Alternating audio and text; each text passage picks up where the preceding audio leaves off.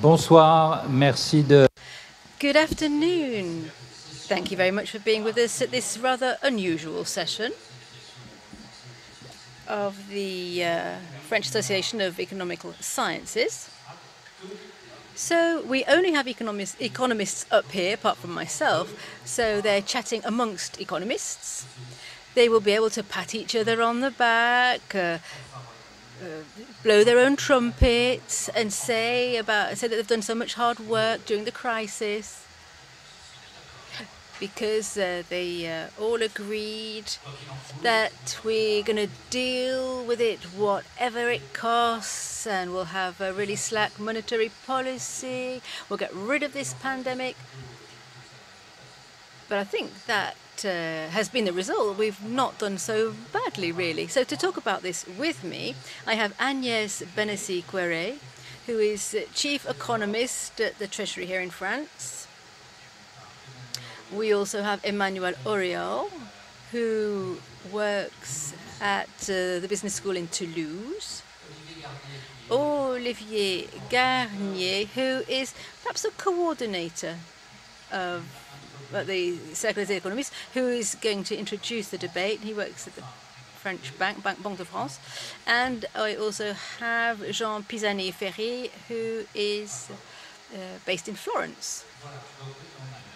We've got an hour ahead of us. And so I would like to ask Olivier to give us an introduction to this debate on economists. And what did they do during the COVID pandemic? Well, hello everybody. Oh, Olivier, I forgot to say, well, there's someone else who's joining us, but remotely. We've got a video link with Torsten Bell, who works for the Resolution Foundation, and he is in London. So we will be in touch with him remotely. He's with us on video form. So back to you. Okay, I'm just going to say a few words just to sum up the rather unusual status here at this meeting of this particular debate. As Eric said, this is a debate about economists, and it's being undertaken by economists. So usually in a panel you'd have one economist around the table, but here we've decided to do things differently. And we decided this because Jean-Henri Lorenzi gave me carte blanche I'm representing the French Association of Economic Sciences. It's a professional association of economists here in France, economists who work in the administration, in universities, who work in businesses or in banks. And this association had carte blanche to organize this debate.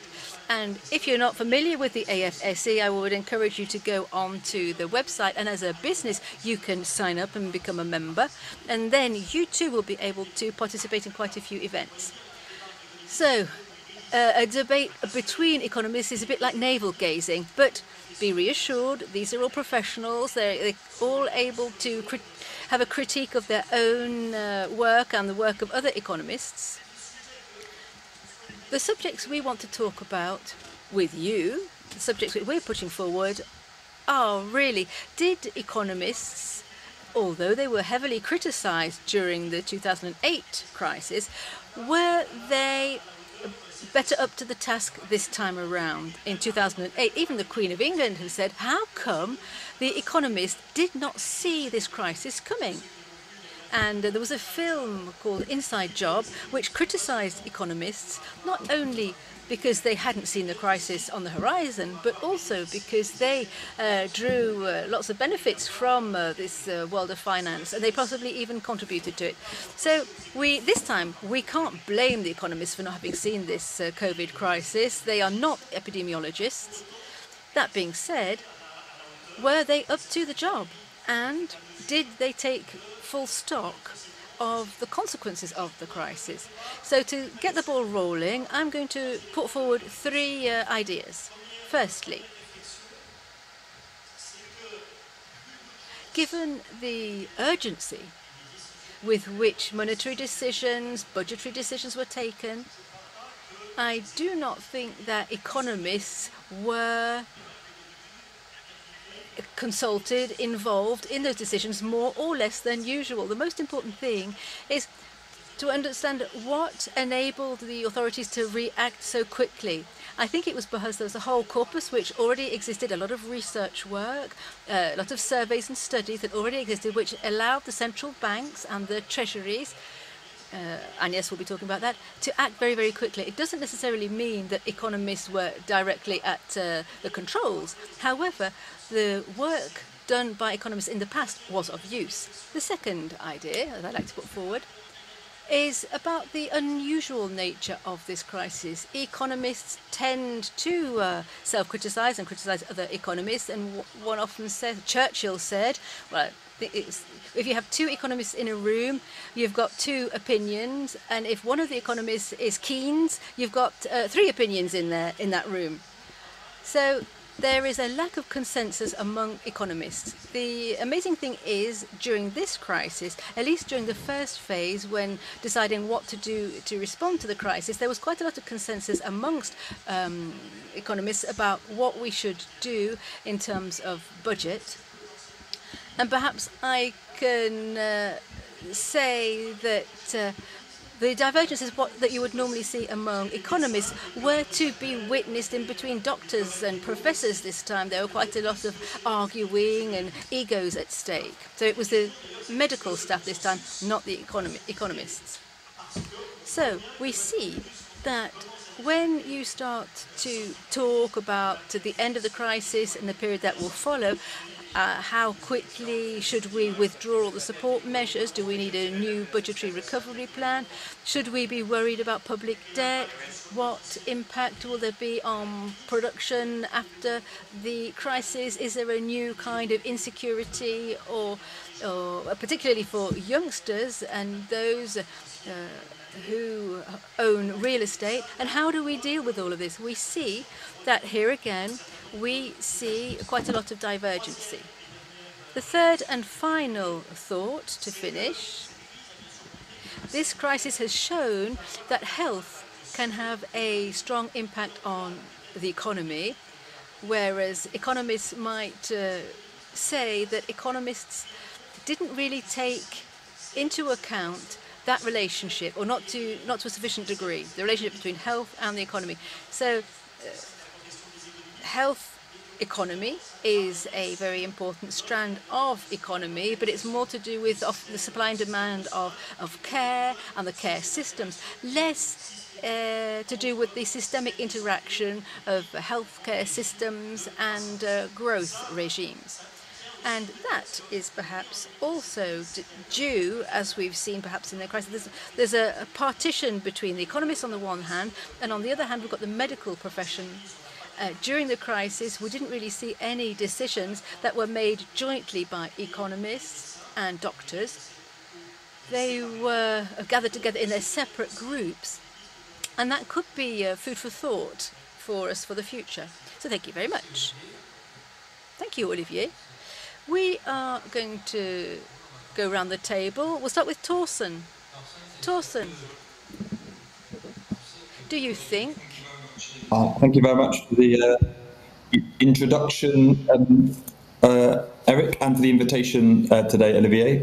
I agree with most of what you've just said, so I shall try not to agree with all of it, because then people will think that this is a stitch-up between economists who all agree. And as with all recessions, I think the roles of economists are a bit ambiguous, because most economists, recognise that recessions as awful things. Large chunks of our profession spend their time trying to think how to avoid them or to ameliorate the effects of recessions. But it's also a time when lots of economists' work comes into its own, being most important. So it's also the time that makes a lot of people's careers. So I do think there's an ambiguity about our relationship to these crises. And then just to start, which is, there is a lot of backpatting on amongst economists about the last year, and I'm going to come on to some good reasons for that. But I think we probably do underestimate the point that Olivier makes, which is this crisis has been much easier for economists than most recessions. And it's not just for the reason that Olivier said, which is we were not being criticised for failing to forecast this recession, although that is true. It's more importantly, actually, I think, because we weren't being blamed for causing the recession. It's not just forecast failures, it's policy failures in previous recessions causing, almost, not all, but almost all recessions caused by some degree of economic policy failure, be that on exchange rate policy or banking regulation.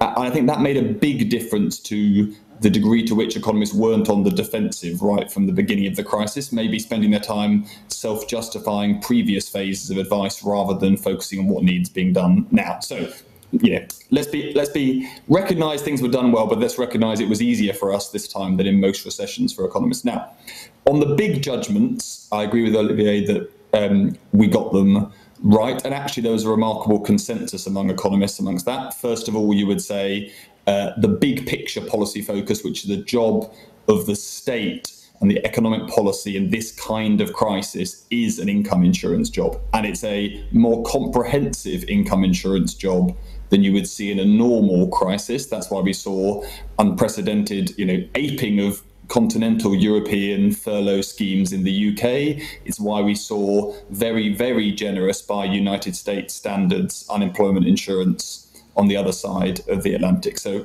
first big judgment, income insurance is the job of economic policy during a pandemic, because we need to smooth through those big falls in GDP, which are essential to controlling the disease, but without that fall in GDP falling through to incomes. And broadly, on average, that has been a success. So in the UK, for example, GDP fell by 10%, but actually average incomes probably rose by 1% last year. And that is not what we're used to seeing in any recession in living memory.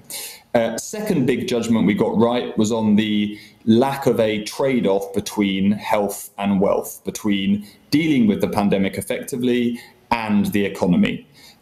Now, I think there's a caveat to that, which is economists came to a consensus on that judgment.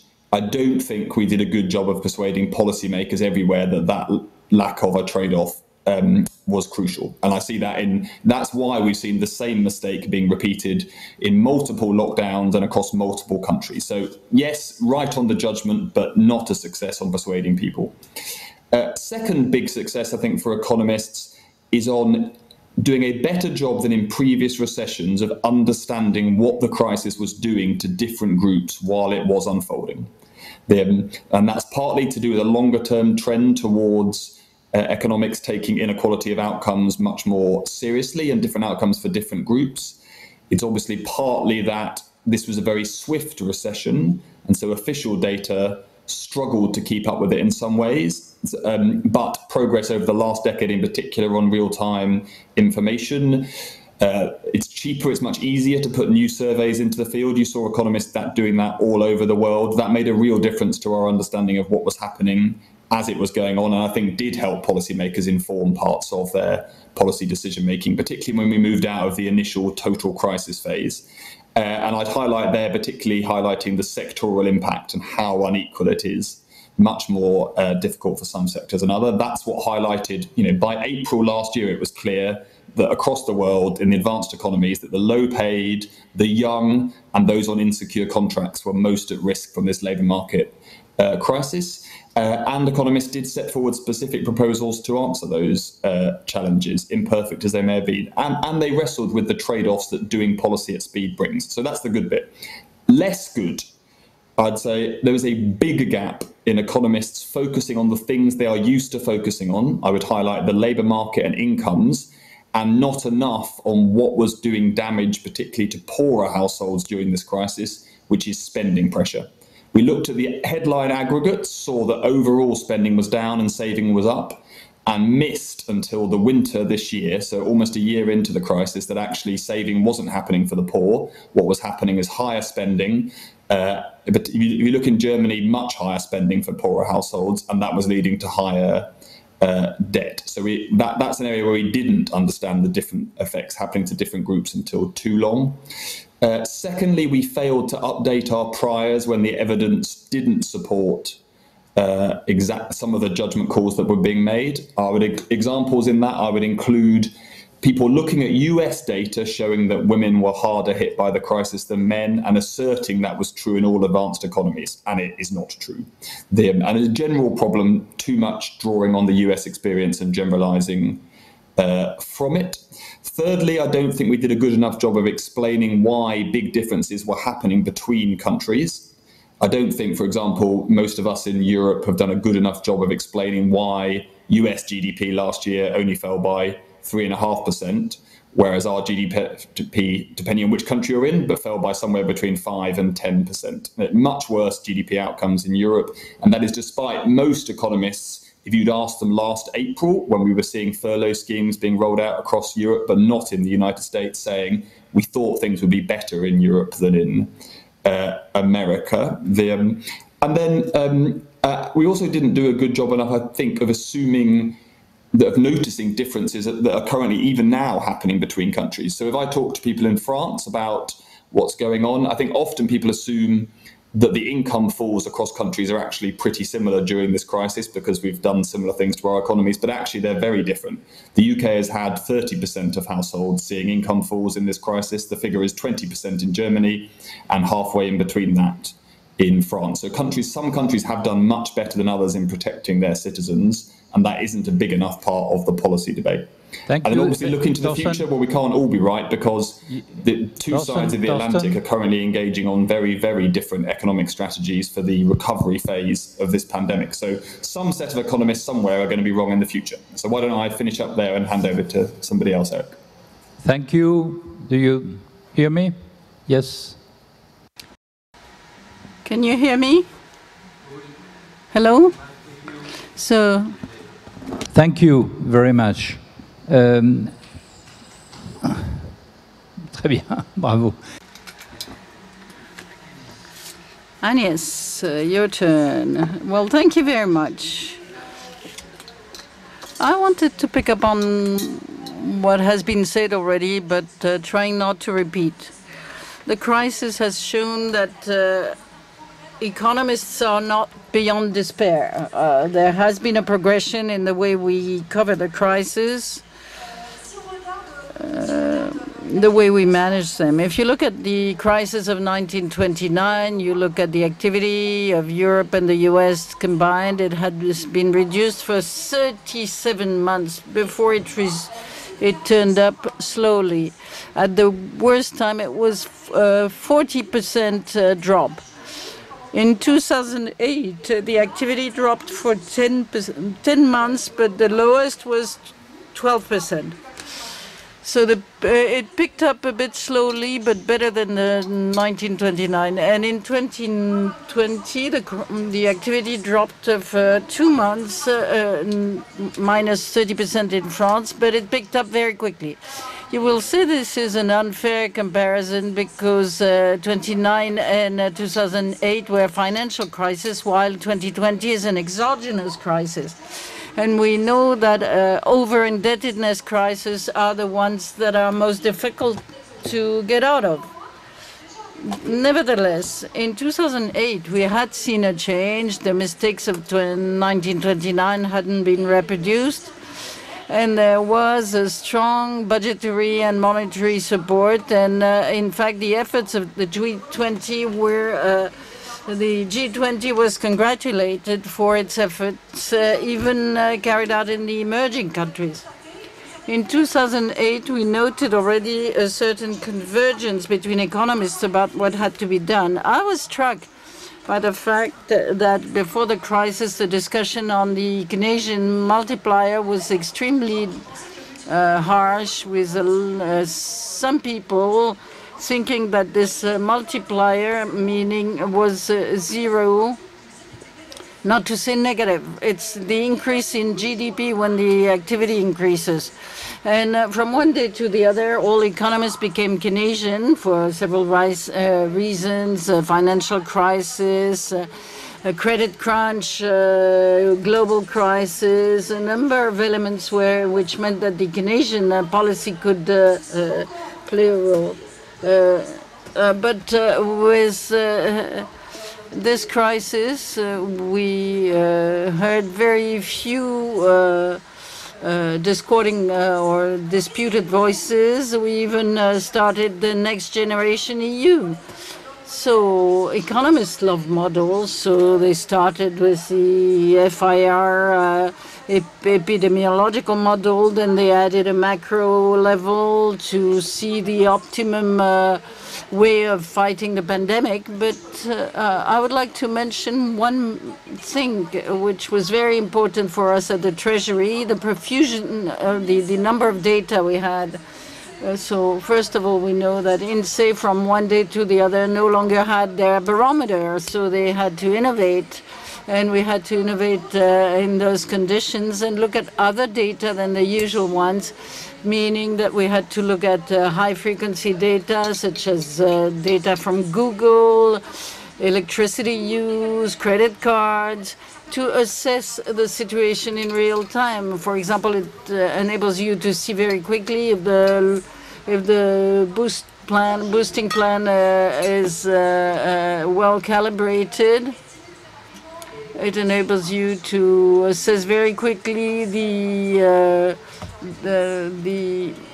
desire of people to use their income, and this helped to see whether the support for households had been useful. We used the input-output data to work on the propagation chains. As Torsten said, it was a sectoral shock, but that the wave propagated to the whole economy via the production chains, and individual data of corporate balance sheets and access to support devices, and we were able to simulate very quickly the impact of the various lockdowns and the impact of the economic shock on the results of the companies, enabling us to know during the crisis if we were supporting the companies sufficiently, and after the crisis, what were the risks for companies that were going bankrupt or that lacked cash. And there was a major effort made, and it was remarkable. Different methods, the Banque de France, the French Treasury, the OFCE, French Institute for Public Policies, all these had rather converging results. And we constantly talk about divergences, but it's always interesting to mention the convergences. Thank you. Merci Agnès Côté. Thank you, Agnès Côté. Emmanuel, there was an arbitration between life and economics, and that was very difficult. So Emmanuel is going to tell us about the price of life. Obviously, it's an empirical element, not a moral one. But how does one calculate the price of a life? Well, says Emmanuel, coming back to Olivier's introduction, there hasn't been much dialogue between physicians on one side and the economists on the other. In particular, the decision to lock down the population completely were not taken with economists. They were based on purely medical elements, and we heard people say, okay, you're trying to save a few senior citizens, and for that you're sacrificing youngsters. So this was the idea. To save old people, we were sacrificing the youngsters. So in these commissions, there could have been some economists, but Agnès will correct me if I'm wrong, but I read that a month of lockdown represented more or less 75 to 105 billion euros. So how many lives did you have to save, if you are reasoning on a short-term basis, to justify a total lockdown based on these figures? So the question is, how much is human life worth? So economists can glorify themselves because we have a long-standing tradition of asking these conditions that may not sound ethical, but they are. because this is helping with public investment. Am I reinforcing the security of a motorway? How much does it cost? Is it worth it? So the question was, how much is a life worth?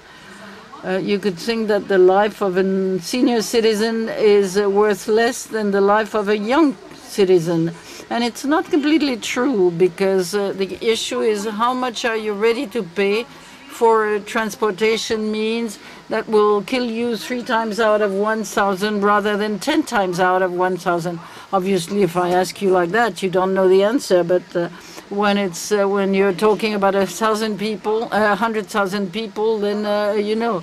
So you could think, okay, I'm ready to pay 30 euros. So if you multiply the number of people who are ready to pay 30 euros to save a life, then you get the price of a life. So it's very useful in the US, in Northern Europe, to make public decisions, not so much in France. So how much am I ready to pay for a lower risk? And the price in France is 3 million euros. 3 million euros, 75 billion a month. How many lives do you have to save to justify that? 25,000. If we're talking about 150 billion, it's double that, 150,000 people. University in England said we saved 2,500 lives, so we could think, okay, we made a mistake then. This is a kind of challenges, but this is a very short-term vision, because it might suggest that you're sacrificing economics for human lives. But in practical terms, and this is where economists are very useful, they studied, especially in the US, the main pandemic of Spanish flu, and as it's a federation, in some places they locked down, in some they didn't. So they looked at some really smoothed the contamination curves, and others let it flare because they didn't want to sacrifice economics for lives. And what the MIT people looked into is that the people who really tried to smooth this picked up much faster than those who didn't. So the calculation which I mentioned, which is interesting, for example, it helps make decisions in hospitals for long-term investments. At purely sanitary level, I believe that the decision to lock down was probably the right one, because this is when you have more pickup. But to finish with the Queen of England, how can she criticize economists because we didn't forecast the crisis? Would you criticize your doctor for not forecasting your cancer? An economic system is billions of people. No, I won't criticize the Queen of England anymore. It's a very complex system, as complex as your body. So you could very well have people in one corner doing stupid things. For example, in the US, the people who were securitizing rotten borrowings, rotten lendings. So you can't be upset because economists don't plan all crises. But when there is a crisis, what you have to do is to be able to do something that is worth it. And this is what Agnès told you when we talked about saving at all cost. It means enabling all companies to survive to the crisis. Thank you, Emmanuel. I believe that the Queen of England will soon call us to answer what you said.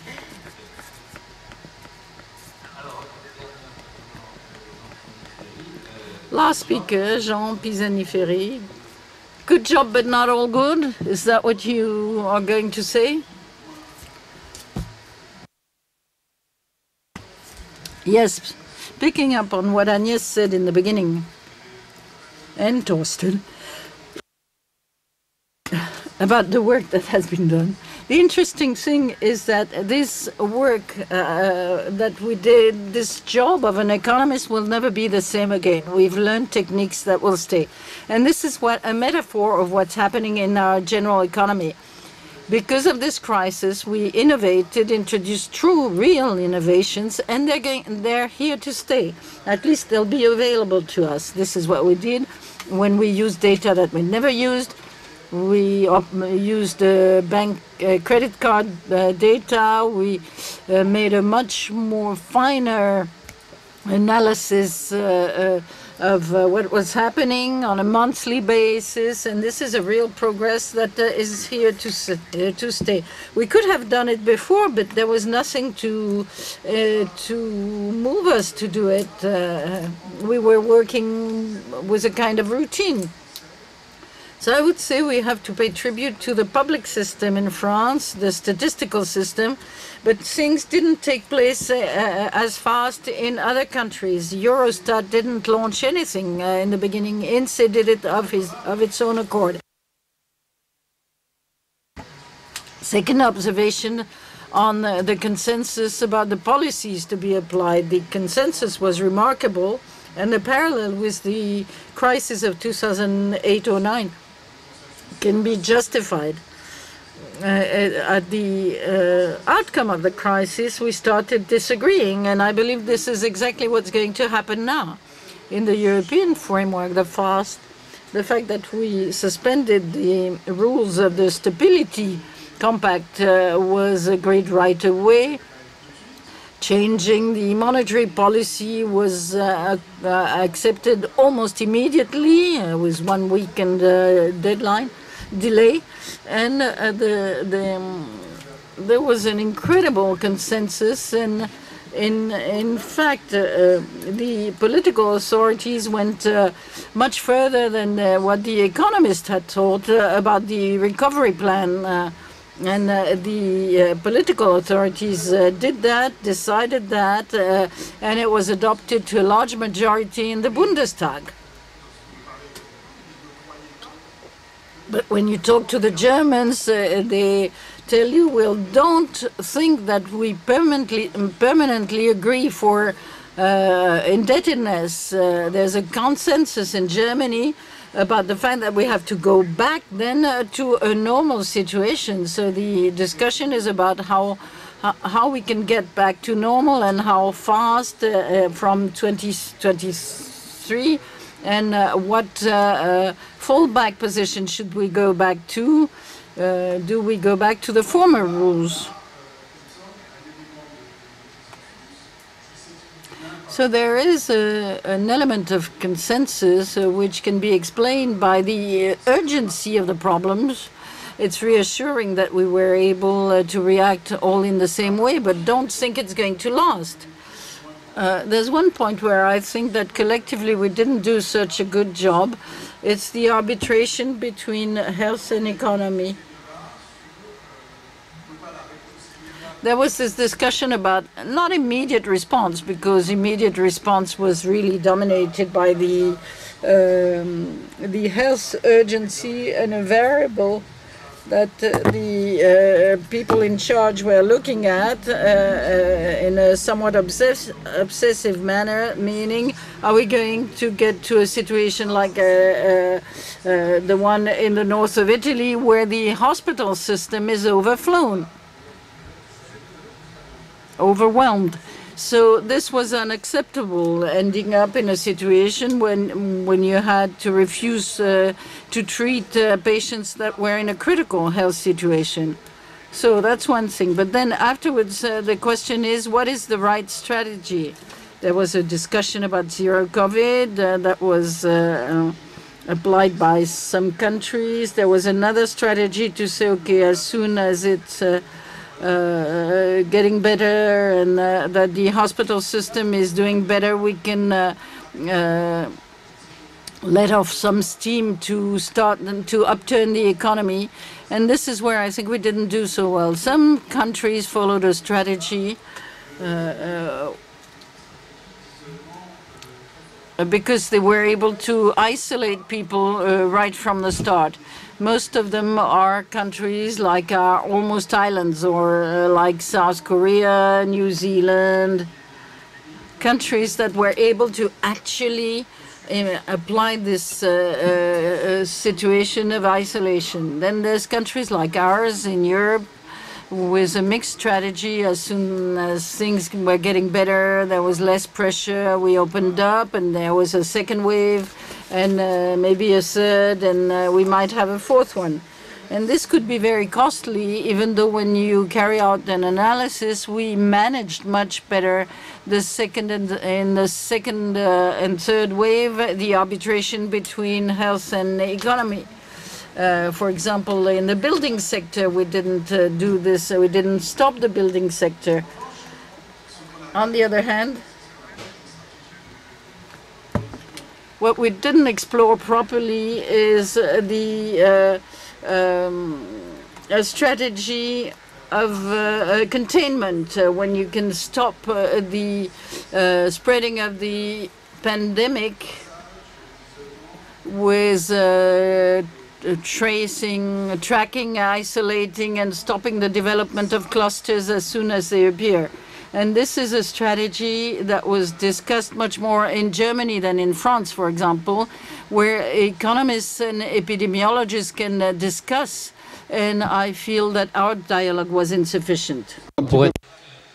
So to be clear, how did we not do our containment correctly? Well, in France, as in other European countries, in the summer we said, okay, let's loosen things up. And then we waited for the autumn until we were once again under threat of hospital numbers going up again, critical cases increasing, before there was a second lockdown.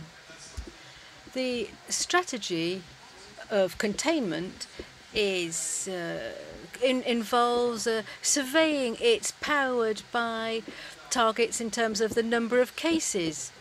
And that means that you can use these fine-tuned policies, measuring here and there. You have different kinds of policies from one part of the country to the next.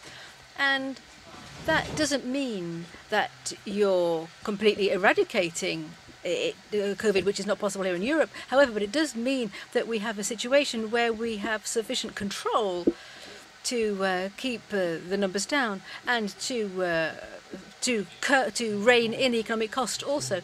So it's a kind of, I think the doctors were hesitating more than the economists. No, the doctors were saying very, very quickly, they're saying the figures are on the rise again. The economists didn't really work very much on it, and the politicians said, well, whilst the situation isn't critical, well, let's let people breathe. And I don't think our dialogue was very constructive. In Germany and in other countries, there had been different attempts to have a more constructive dialogue. Well, we all remember that the French president wanted to end lockdown earlier than the doctors wanted to back in the spring. That means that the economy is nudging health out of the way. If we want the economy to recover, then we're going to have to get moving now, was the line of thought. Well, he won his gamble, let's say the French president did, because doctors were saying that yes, the figures are going to rise again. There's that race between vaccination and the British variant back in the day. But that does not call into question the approach. The question is, did we have a strategy in terms of number of cases? 5,000 cases was the figure that the president mentioned, but then we abandoned that strategy, and our strategy was based in time after that. Well, thank you very much. If you like, we will continue our debate and talk about after COVID. Everyone can say a few words about the challenges facing us now in terms of debt, vaccination that's still undergoing all over the world, and there's that problem of funding vaccination in developing countries. So perhaps draw a list of the economic problems that are now going to be facing us, that are now on the table, not post-COVID, but on the way to post-COVID. Olivier, would you like to say anything there? Yes, indeed. I'd like to start on this one. Yes, let's take a look from a point of view, an economist.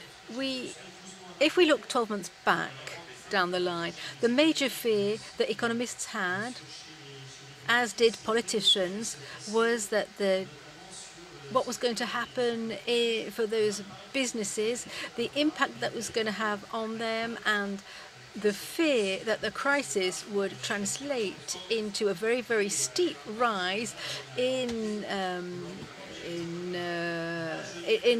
companies becoming indebted.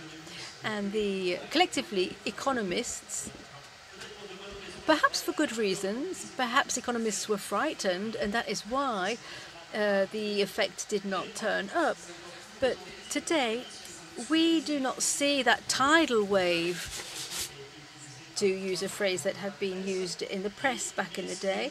And although there was a steep increase in company debt and businesses did use a lot of cash, I think it transpires that companies haven't been harmed as much as was expected. The state, even more than we initially imagined, the state played the role of an insurance company, not only for the households. As Torsten said, the average revenue was protected more or less, that's the case in France, but also for the businesses. And so the heritage of this crisis will be to look at will be in terms of public debt. And I'm going to throw this hot potato over to my colleagues. Who wants to talk about the debt? And yes, I feel that you're all looking at me here. Yes, just to come back on what Olivier has been saying, yes, it's very true. And this is a huge lesson in humility. And an economist must always rein themselves in before they're saying that there's a tidal waves of bankruptcies going to unfurl. The first survey was rather reassuring. And then after that... But are we not through the thick of it yet? No, I'm not saying we're through the thick of it yet. And all of the research converges, the Banque de France, the Treasury, or our accounting experts, etc.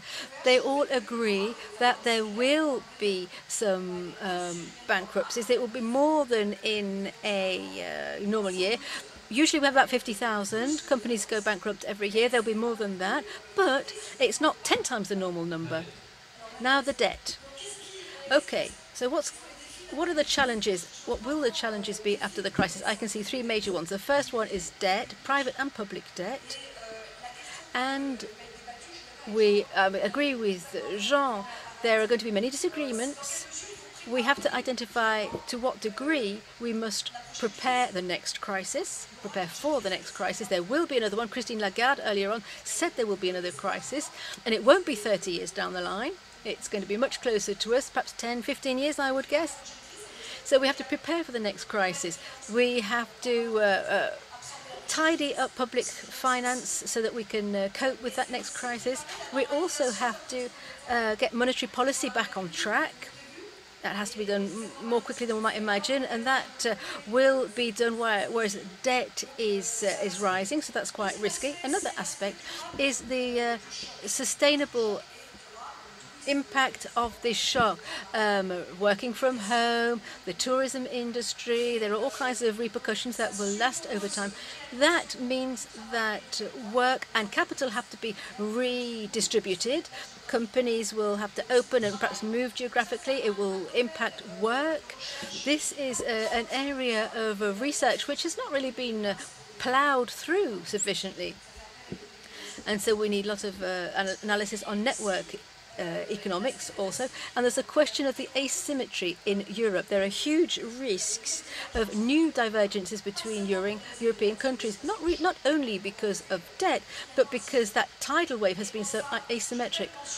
I would also like to mention that behind all this there is a climate challenge which is humongous, and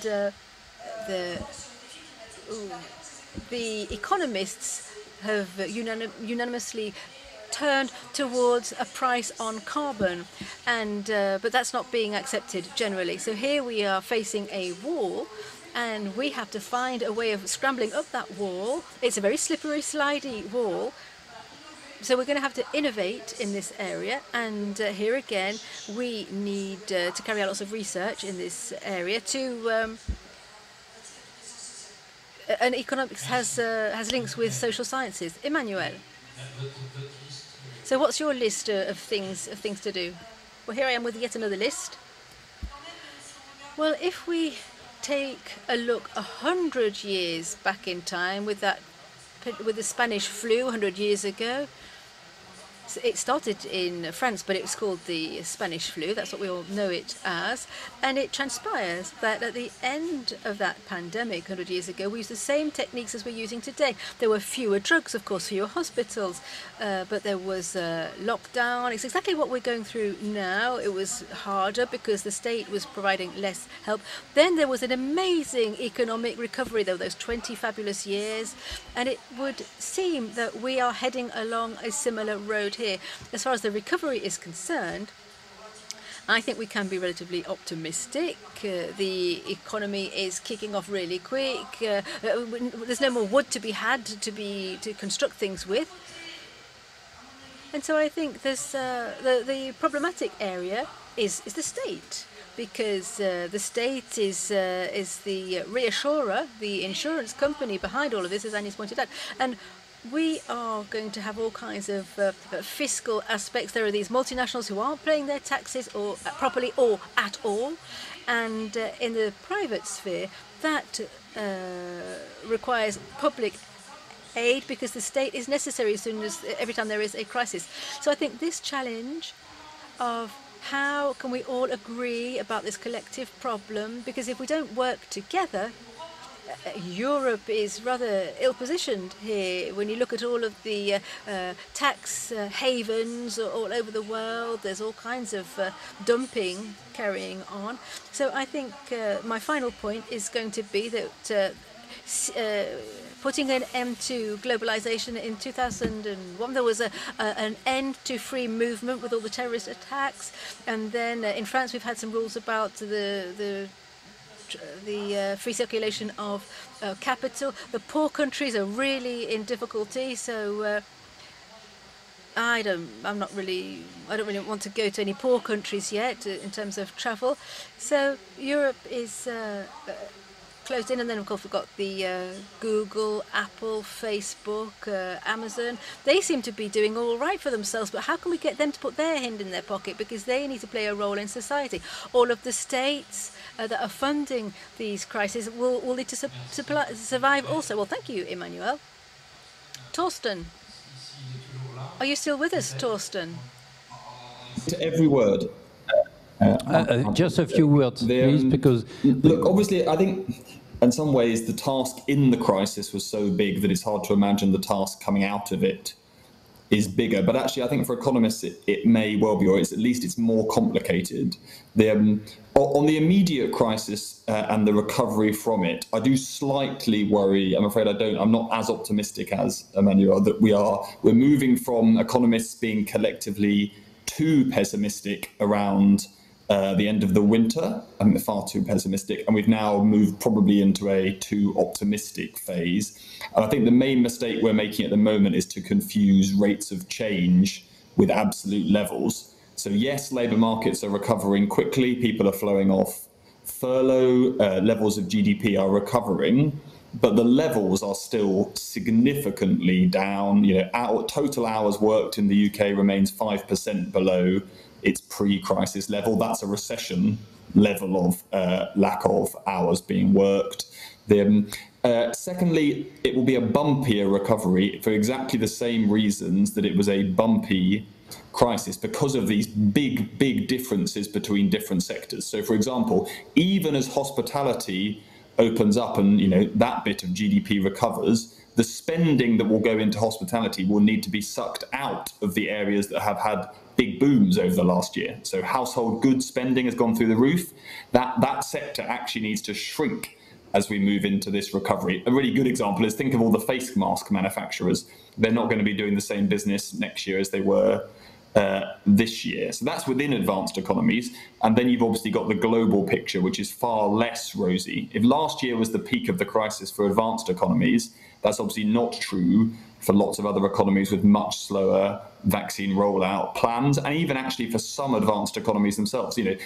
Australia and New Zealand had the good years last year, but there is no exit strategy for them from this disease that doesn't involve getting to some level of herd immunity, unless via vaccines, you would hope, unless you're going to keep your borders closed forever. And what the Delta variant, the Indian variant of this virus, means is that it's a lot harder to get to that level of immunity, as we're about to find out with our schools, I suspect. Even getting to that level of immunity, the vaccines are not going to do it in most of these European countries unless we move to widespread vaccination of our children, or to allowing them all to catch the disease in their schools. And I think on that, the UK is just ahead of the curve of where everybody is going to be in a few months' time.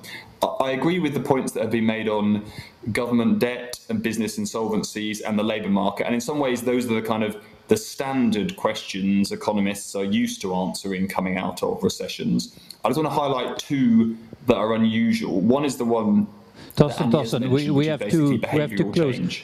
Est-ce qu'on peut nous entendre, non? Okay. Thank you, Thorsten. We have to close. The time is off. Okay. Je vais juste demander à Jean.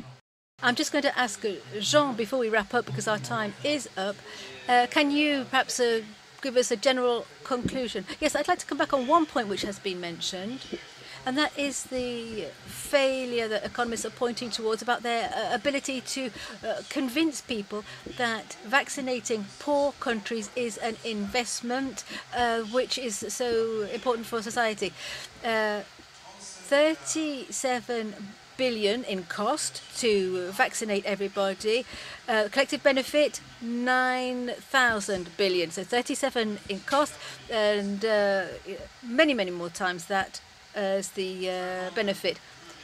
So let's change the figures. 35 plus 15 self-funded by the countries. So 50 in cost, 9,000 billion in benefits, and we are not taking that route at the speed that we should be taking it. Yet, as far as we're concerned, it's absolutely obvious. Health is part of the public heritage, and by allowing this virus to travel all around the world, we're running a huge risk. So this investment should not give cause for any hesitation whatsoever. So why can't we convince people of this? Thank you very much. Thank you, all five of you. So economists still have a lot of work in front of them to explain how the post-COVID period was managed. So thank you very much, everybody.